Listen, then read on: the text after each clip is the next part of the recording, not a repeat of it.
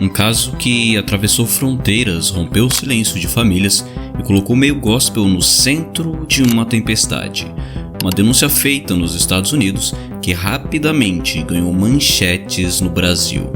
O marido da cantora gospel Heloísa Rosa foi preso pelo criança nos Estados Unidos. A família da vítima denunciou o crime há 1 ano. Marcos Martin Grubert, de 42 anos, ficou preso nos Estados Unidos. O homem foi acusado pela polícia da Flórida de ter abusado atualmente de uma criança de 5 anos. Marido de cantora gospel é preso nos Estados Unidos, cantora brasileira. Marcos Grubert, acusado de um crime gravíssimo.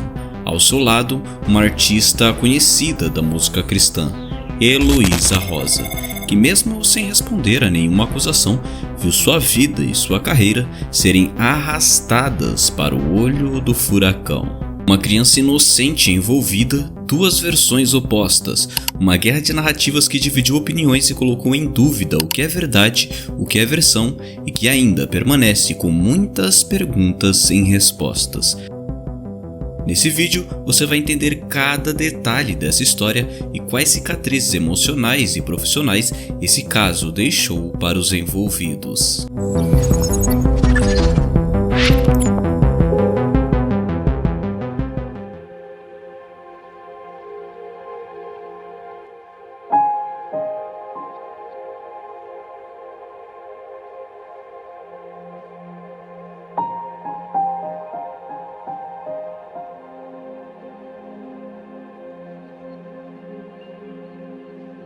Bom, para entender essa história é preciso primeiro conhecer quem são as figuras centrais.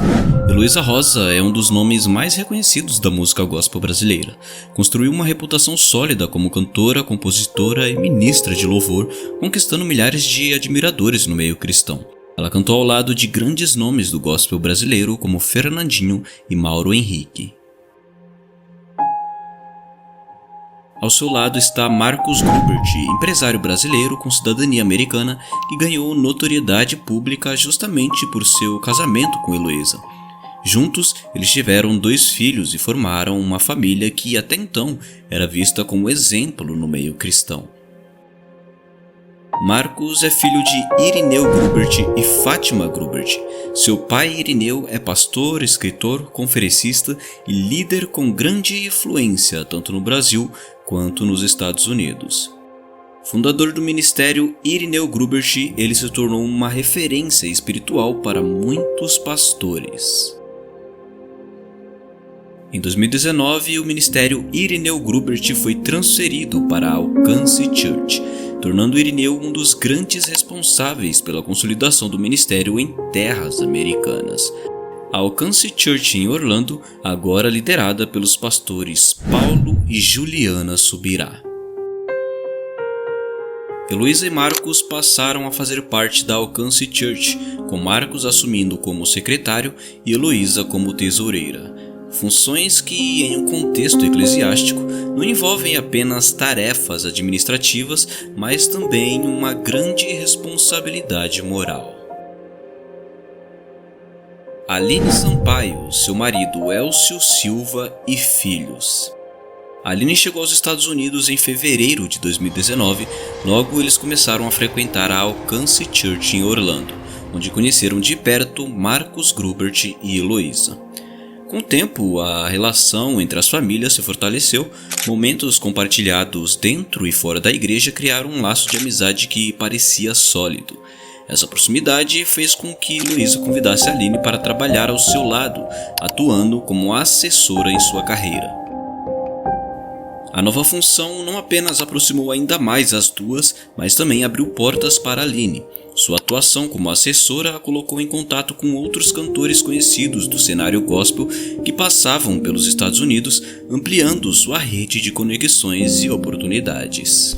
E chegou um dia que ela abriu para mim e falou: olha, eu tô precisando de alguém, né, que faça a minha agenda e tal, o que você acha e tal. Eu falei: nossa, para mim seria uma honra. Essa rede de relações, inicialmente construída sobre confiança e fé, acabaria se tornando parte central da trama que você vai conhecer. No dia 1º de abril de 2023, em uma conversa aparentemente simples, Heloísa pergunta a Aline se sua filha, então na época com 5 anos, poderia dormir em sua casa junto com a filha dela. A ideia era que as duas tivessem uma noite de brincadeiras, algo comum entre amigas de infância. Movida pela amizade construída e pela confiança na família de Heloísa e Marcos, Aline permite. E naquela noite, a menina fica sob os cuidados de Heloísa Rosa.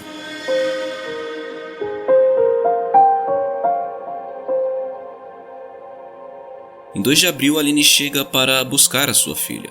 Logo percebe um comportamento estranho em Heloísa, mas apressada por um compromisso não entra em detalhes naquele momento. Marcos não estava em casa. Ao colocar a filha no carro, conversando, a mãe pergunta como havia sido a noite.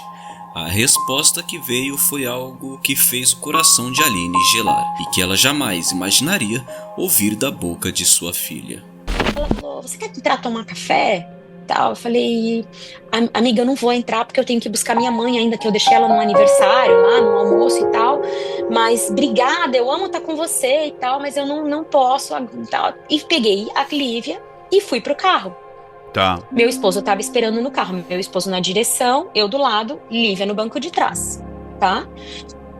Nós começamos a andar, eu fiz uma pergunta que toda mãe faz, normal, eu disse, filha, como é que foi? Foi tudo bem? E aí foi quando veio a resposta que eu jamais vou esquecer, que aquilo mudou a nossa vida, né? Mudou tudo, quando ela disse assim, mãe, foi tudo bem, mas aconteceu algo estranho. Eu falei, aconteceu algo estranho, filho, o que foi? Ela falou assim, o tio entrou no meu quarto e me lambeu. Ela usou essa palavra que não é do vocabulário dela, Ricardo. Não era do vocabulário dela. E aquilo eu falei, não, pera, como assim, filha? Não, mãe. Mãe, tá tudo bem. Tá tudo bem, o tio já me explicou que ele entrou só pra colocar a chupeta. Tá tudo bem, a tia Heloísa já conversou comigo, tá tudo bem, tá tudo bem. Nesse momento, meu marido olha pra mim e diz assim, como assim? Liga pra Heloísa agora, resolve isso. Eu falei, não, calma, deixa eu entender o que tá acontecendo. Ela sempre falava isso, tem algo muito estranho, porque por que você tá perguntando de novo? Você acha que o tio fez mal pra mim? Eu falei, não, filha, eu quero entender o que aconteceu e tal. Ela falou, mãe, o tio me ama, ele me deixou andar de carrinho elétrico. A troca. Eu falei, filha, pode ser que ele não seja tão bom quanto você pensa, por isso a mamãe precisa entender tudo o que aconteceu. E foi a primeira vez que ela fez um movimento com o dedo pra mim, embaixo do chuveiro. Ela falou assim, mãe, o tio tava tentando colocar a chupeta na minha boca, só que ele não deixava a chupeta, ele tirava e colocava. Eu não sei porquê, eu acho que o tio não sabe colocar chupeta. Eu falei, filha, como que é? E aí foi quando ela fez Entendi. esse movimento com o dedo. E aí eu falei, filha, você tinha dito que era a língua. Ela falou, mãe, eu não acho que é língua porque era duro e molhado. Na madrugada de 2 de abril, Marcos Grubert havia supostamente entrado no quarto das crianças e abusado da filha de 5 anos de Aline e Elcio. Ainda atordoados com o que haviam escutado no carro, Aline observou atentamente a filha. Foi então que percebeu manchas e machucados na região da boca.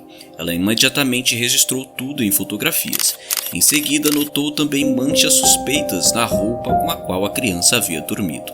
Peça que, para sua surpresa, não era o pijama que havia colocado na bolsa da criança, mas sim uma roupa pertencente à filha de Heloísa. Mais uma vez, fotografou cada detalhe, ciente da importância de preservar qualquer indício do que poderia ter acontecido. Aline entra em contato com Heloísa. As duas combinaram de se encontrar no dia seguinte em uma cafeteria. Ao chegar, Aline notou que Heloísa, ao vê-la, demonstrava um semblante que parecia indicar que já tinha ciência do que havia ocorrido. Aline encontrou em Heloísa Rosa apoio imediato. A cantora se colocou ao lado dela, afirmando que faria o que fosse necessário para que aquilo não ficasse impune. Ainda naquele momento, Aline pegou o telefone e ligou para os pastores líderes da Alcance Church, contando rapidamente o que havia acontecido. A orientação foi clara, que ela e Heloísa fossem até eles o quanto antes.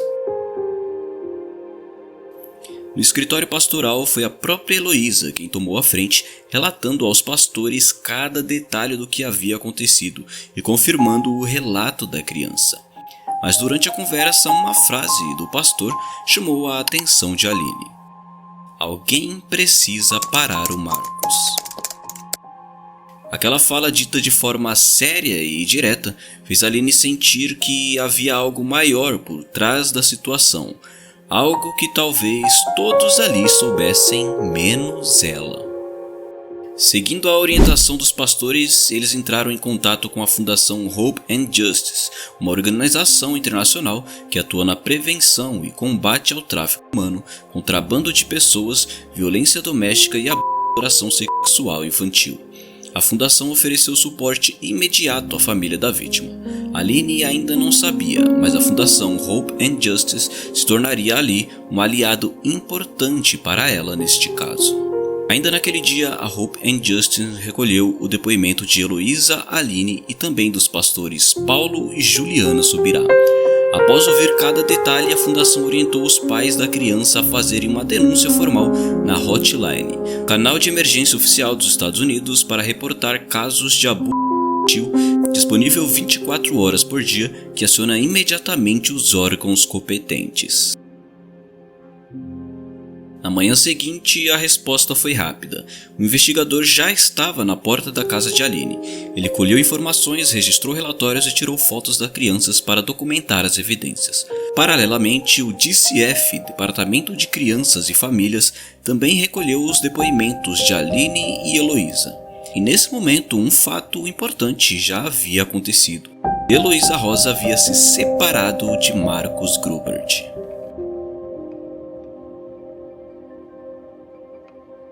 Para que o processo avançasse de forma formal, seria necessário colher um novo depoimento, desta vez conduzido por um detetive da polícia. Ficou combinado que Aline, Heloísa e a pastora Juliana iriam juntas prestar esse depoimento. Mas pouco antes da data marcada, algo mudou drasticamente. Heloísa Rosa deixou de responder às mensagens e ligações de Aline, apesar das inúmeras tentativas de contato. A comunicação passou a acontecer apenas de forma indireta por meio da pastora Juliana, que transmitiu um recado. Heloísa não compareceria e seria representada a partir de agora por um advogado. No dia marcado, Aline compareceu sozinha. Nem Heloísa, nem Juliana estavam presentes. Dias depois, Aline recebeu uma informação de uma pessoa próxima a Heloísa, dizendo que Marcos Grubert teria confessado o crime aos pastores Paulo e Juliana, na presença de testemunhas que ouviram a confissão. Mais tarde, um áudio vazado que circulou na mídia confirmaria essa informação. Nesse áudio, a própria pastora Juliana Subirá reconhecia que Marcos havia admitido o ato. Nesse momento, o depoimento dos pastores se tornava essencial para o caso. Porém, quando o detetive da polícia tentou ouvi-los, encontrou resistência.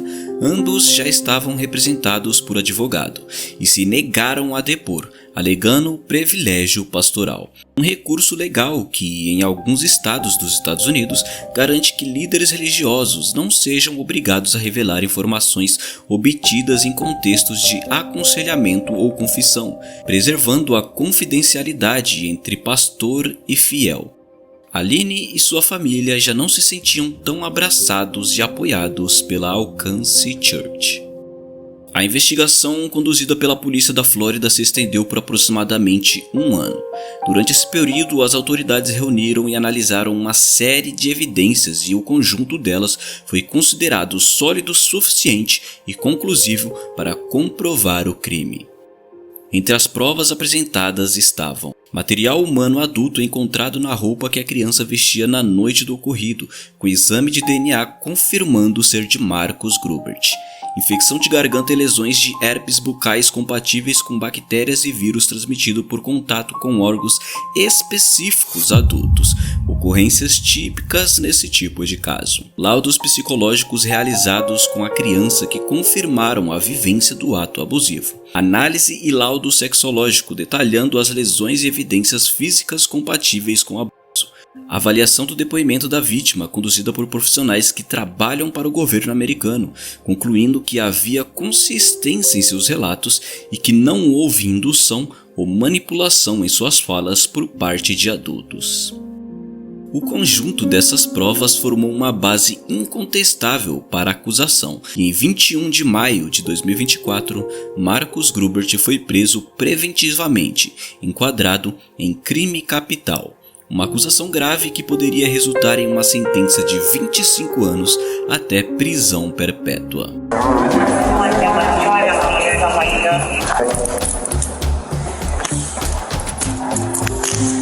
Enquanto aguardava o julgamento, deveria permanecer detido.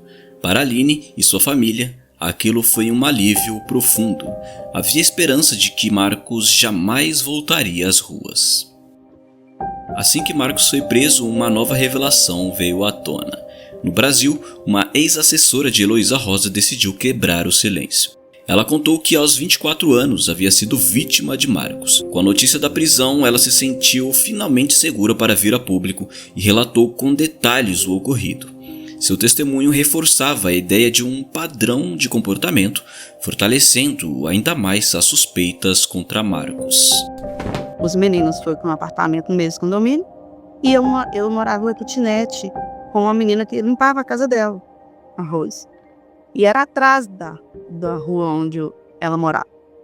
Então, assim, ele ia sempre lá saber como eu estava, ela também. A gente sempre tinha o contato, até porque ele queria saber se eu estava bem. Para mim, eu via como um cuidado, um carinho, assim, uma preocupação por eu ser mulher e estar morando, né, no outro estado sem ninguém, né, sem dinheiro, né, só eles que eu tinha, eles e o pessoal da igreja. E ele mandou mensagem falando que tinha recebido um vinho, queria levar para eu experimentar. Eu não pus maldade, falei, pode trazer, e ele foi. Você estava sozinha, a moça que limpava não estava? Trabalhando. E na época eu não pus nada. Eu abri a porta como eu abriria para meu pai, para minha mãe receber. Eu não via nele. Muita gente me julgou falando que eu tinha 25 anos, que eu tinha que ter maldade e não podia ter recebido um homem casado. Mas meus pais me criaram assim. A gente é mineiro, a gente recebe todo mundo. Se a gente conhecer uma pessoa na rua hoje ali, a gente já está conversando e levamos dentro de casa para tomar um café. Eu fui criada assim. Eu na época não pus mesmo maldade por ele ser casado, até porque eu não faltava com respeito ao casamento deles, sabe? E ele levou, e ele mesmo quis servir o copo. E o primeiro copo que ele serviu, ele deixou cair. Eu não vi que ele estava nervoso. Hoje, depois que aconteceu, eu vi que ele já estava nervoso. Então ele deixou o copo cair, eu perguntei para ele se eu podia ajudar. Ele falou que não, que ele mesmo servia o outro copo. E a gente sentou e começou a conversar, falamos de coisas. Na época, no dia, eu contei para ele, né, que eu tinha sofrido já uma tentativa de abuso quando mais nova. Isso tudo eu contei para ele. Ele falou que não, que Deus estava me curando, que ele e Heloísa estavam pensando em me levar para os Estados Unidos, né, que a gente ia continuar o ministério, que eu ia poder, né, agregar algo mais na minha vida profissional. Falamos disso. E com meio copo eu apaguei. Aí eu não lembro mais de muita coisa. Só que nesse de eu apagar, eu tive 3 despertares. E um dos despertares eu lembro dele passando a mão nas minhas costas, descendo pra bunda e falando que era meu amigo. E eu apaguei novamente. O outro eu já senti algo entrando no meu ânus, na minha vagina. Eu pedindo pra parar e apaguei novamente.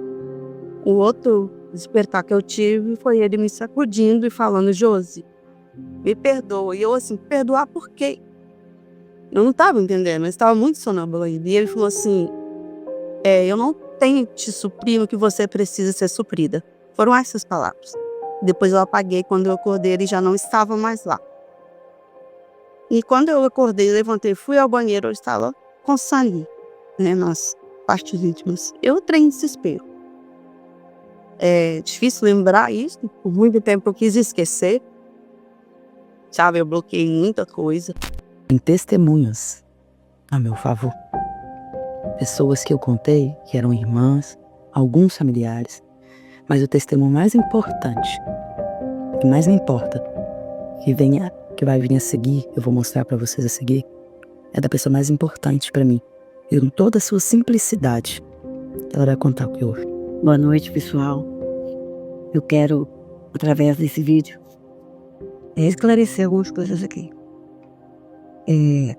Anos atrás, a Heloísa e o marido dela foram na minha casa e pedi para Josiane, minha filha, sua mãe da Josiane, e pedi para ela ir trabalhar com ela.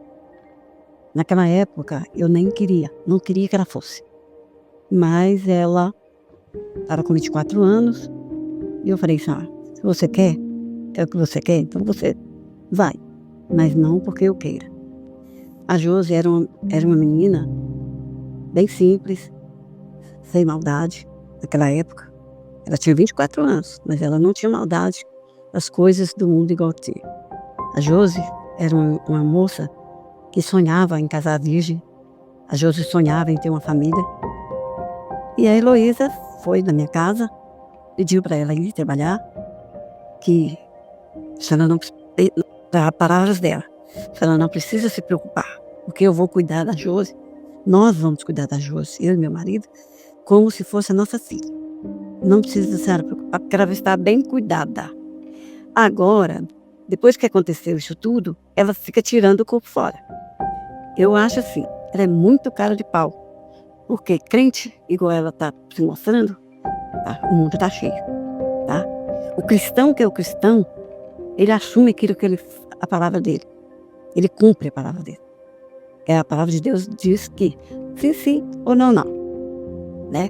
Se ela deu a palavra dela que é cuidar, ela cuidasse. Agora vem com esse papo todo de que a Josi, do jeito que ela falou lá, né? Pôs a Josi como se fosse uma qualquer. E ela não era uma qualquer, não. E nem é. Eu, como mãe dela, eu conheci a Josi voltou de Curitiba outra. Cheia de revolta, de mal com o mundo. Após meses de tensão, desgaste emocional e empenho incansável para buscar justiça, a prisão trouxe um sopro de esperança. Com o aniversário da filha se aproximando, a família de Aline decidiu fazer uma viagem. Uma tentativa de celebrar, respirar e, quem sabe, recomeçar. Mas durante essa viagem, uma ligação mudou tudo. O promotor do caso trazia uma notícia devastadora. Marcos seria solto e o caso seria arquivado por falta de provas suficiente para continuar. O pesadelo que parecia ter chegado ao fim recomeçava. Marcos passou apenas um mês na prisão, não houve sequer julgamento, e para a indignação da família, muitas das provas coletadas, incluindo áudios e mensagens, simplesmente não foram consideradas no processo. Este é um caso envolto em sombras e mistério.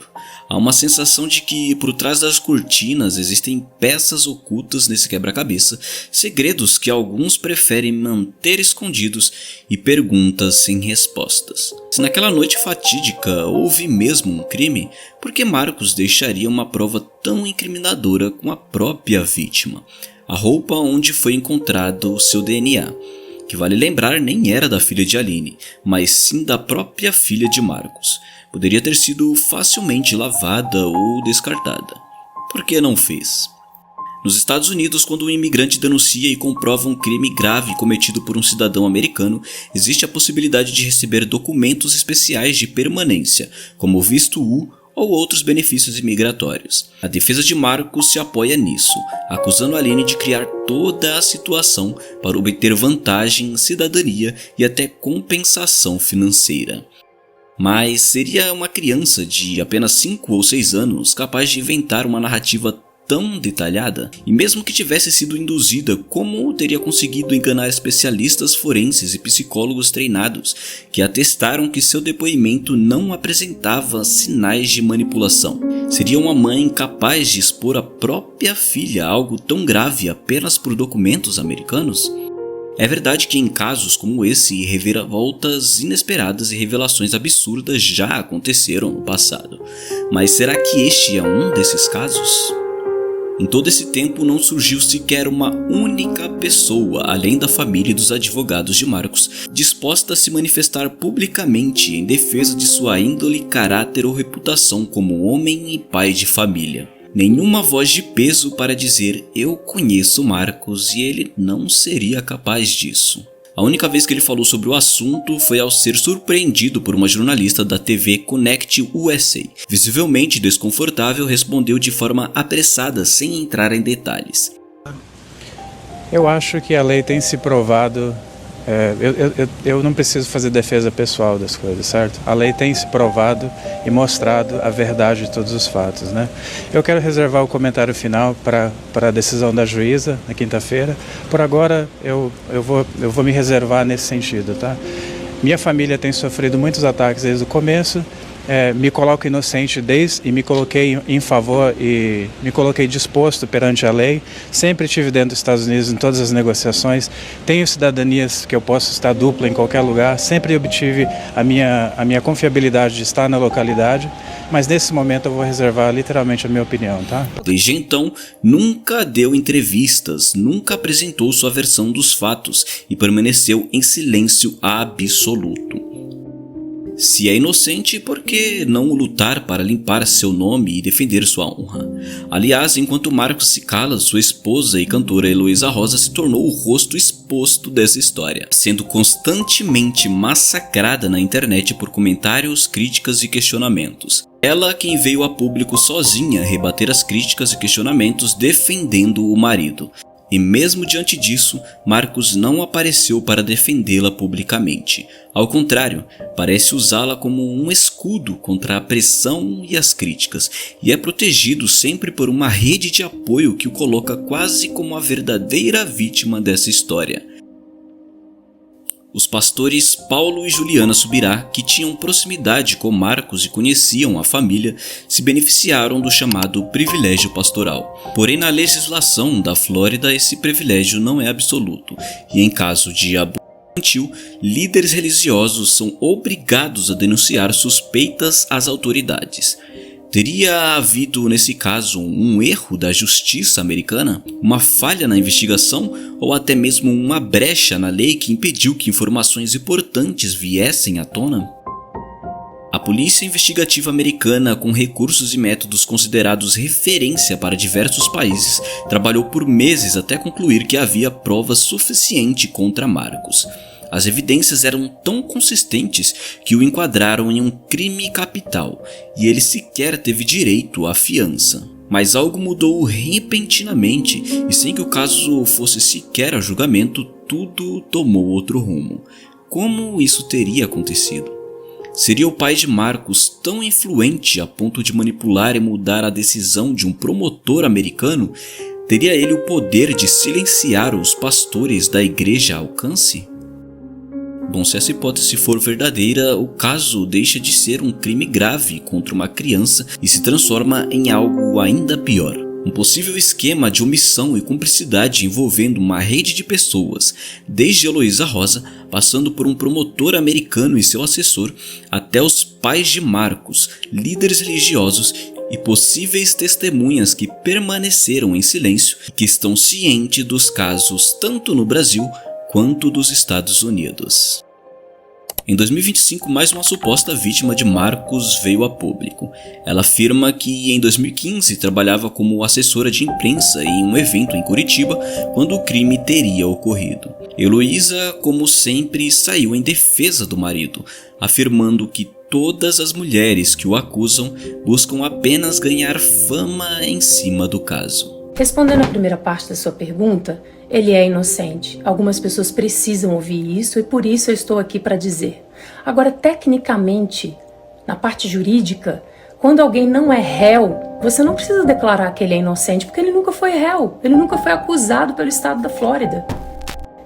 A Josi é uma menina que eu conheci numa situação muito difícil, dei uma oportunidade de trabalho levando ela de Belo Horizonte para Curitiba, para trabalhar no ministério, mas ela não foi vítima não, querida. Ela tinha 24 anos e sabia muito bem o que estava fazendo, se insinuando e dando em cima do meu marido, para dizer um português bem honesto, tem que falar, né? Infelizmente. E não ficou legal a situação, o presbitério da Alcance tratou e ficou tudo resolvido. A segunda que apareceu aqui é uma mulher casada, que tem filho, diz que o Marcos deu de cima dela. Querida, então ela vai ter que provar que o Marcos enviou mensagens. Cadê as provas? Entende? Então não acredita. São pessoas importunistas que querem ganhar fama em cima de um assunto mal esclarecido, de realmente uma armação de narrativas. Então cuidado, não caia nessa narrativa. É difícil imaginar que alguém se submeteria a uma exposição tão dolorosa apenas por notoriedade. Essas mulheres se colocaram diante das câmeras de cara limpa, falando sobre algo profundamente íntimo e traumático, um tipo de acusação que carrega peso, julgamento e estigma para o resto da vida. E sendo realista, nenhuma delas parece ter ganhado fama ou prestígio com isso até hoje. Ao contrário, enfrentam críticas, descrédito e ataques públicos. Até a data deste vídeo, a família da criança ainda luta na justiça para reabrir o processo criminal. As marcas deixadas não são apenas jurídicas, são profundas e irreversíveis. A vítima, ainda criança, carrega traumas físicos e psicológicos. Na época chegou a perder 6 quilos, passou a ter dificuldades para dormir e desenvolveu sintomas de estresse pós-traumático. Sua mãe precisou abandonar completamente a carreira profissional para se dedicar integralmente aos cuidados da filha. Já para Heloísa, o impacto foi devastador para sua trajetória como cantora gospel no Brasil. Sua agenda de shows praticamente desapareceu. Muitos artistas e organizadores evitam qualquer associação com seu nome. O exemplo ocorreu em julho de 2025, quando Heloísa estava confirmada para um evento em Imperatriz, no Maranhão. O cantor Isaías Saad, também escalado para a ocasião, afirmou ter recebido várias mensagens perguntando seu posicionamento sobre o caso. Segundo Isaías, ao saber da situação, ele entrou em contato com a mãe da criança envolvida no caso, que demonstrou compreensão. O cantor deixou claro que não tinha vínculo algum com Heloísa e que manteria sua apresentação normalmente. No entanto, devido à intensa pressão pública, a participação de Heloísa foi cancelada e o evento seguiu apenas com a apresentação de Isaías. Heloísa declarou publicamente que procurou o cantor para esclarecer a situação, mas segundo ela, ele se recusou a conversar. No entanto, Isaías, indignado, foi a público para desmentir suas declarações, afirmando que a sua versão era falsa. Vamos lá. Ontem aconteceu toda a situação que vocês já estão a par, que vocês já sabem, e a Heloísa fez um vídeo dizendo: olha, eu fui até o Isaías, procurei ele, ele não quis me atender. Então o que ela deixa ali claro para as pessoas? Que ela foi até mim e eu falei: não quero falar com você. Pois bem, ontem a minha equipe passou no hotel, ela realmente estava no hall do hotel e todo mundo achou que ela estava hospedada. Ela em nenhum momento deixou claro que ela estava lá para falar comigo. Não interfonaram no meu quarto. Ela poderia ter ido na recepção e falado: olha, interfona no quarto de Isaías, já que ela foi antiética de ter ido até o meu hotel, ela poderia terminar esse trabalho de ser antiética e ter ligado no meu quarto para descer e falar com ela. Mas ela não fez isso. E ela ficou lá. Ela disse que tirou uma foto com a recepcionista, ou seja, ela teve tempo suficiente para tirar uma foto com a recepcionista, mas não teve tempo para pedir para a recepcionista ligar no meu quarto. Aí eu não entendo, que ela disse que ela esperou 35 minutos e eu não fui informado. O hotel deve ter câmera, escuta. Então, vai lá, pega, vê se realmente a recepcionista ligou no meu quarto e falou comigo. Ninguém me ligou, ninguém me informou. Você ficou esperando 35 minutos quem? Eu não sei onde você quer chegar com isso. O que você tem que entender? Você está no meio de uma polêmica. Você é casada com um homem que está sendo acusado por uma família de abuso sexual contra uma criança. Recentemente, uma mulher também se levantou para acusar ele de aliciamento. Ou seja, o problema é todo seu, a polêmica é toda sua. O problema foi que no meio dessa polêmica, você pegou uma foto minha sem minha autorização, colocou no seu feed com você e usou a minha imagem para endossar a sua imagem, que está no meio de uma polêmica, uma imagem que está corrompida. Eu acho que você precisa rever os seus valores, rever os seus conceitos e falar a verdade. Você não me ligou, você não pode ser mentirosa e dissimulada. Eu não gosto e nem me sinto confortável com esse tipo de situação, mas eu fui jogado no meio dessa situação toda. Ou seja, eu não vou ter problema nenhum de vir aqui quantas vezes for necessário para trazer esclarecimento, porque não existe lidar com uma situação com dissimulação, com manipulação e meias verdades. Vamos ser sinceros e honestos. Você não me ligou, você está mentindo e eu não vou aturar mentira. Mais uma vez, Heloísa se via no centro de uma confusão marcada por meias verdades, narrativas contraditórias e uma crescente desconfiança do público. Bom, uma coisa em todo esse caso é fato. Há pessoas envolvidas nessa história que estão em um verdadeiro lamaçal de mentiras que para uma mente sensata e sã é difícil decifrar os motivos. Por quanto tempo essas pessoas, sejam as diretamente responsáveis ou testemunhas que se calaram, conseguirão carregar consigo o peso desses segredos? Todos, sem exceção, dizem ser cristãos e, no entanto, ignoram palavras que, segundo a fé que professam, são incontornáveis. Uma delas é a que diz: se alguém fizer tropeçar um destes pequeninos que crê em mim, melhor lhe seria amarrar uma pedra de moinho no pescoço e se afogar nas profundezas do mar. Esse versículo bíblico não deixa dúvidas sobre o quão grave é o castigo reservado para quem prejudica uma criança. No fim, o que fica não são apenas processos, manchetes ou depoimentos. O que fica são as cicatrizes deixadas em quem jamais deveria carregá-las. Porque diante de histórias como esta não existem vencedores, apenas a urgência de que a verdade venha à tona e que ela não tarde.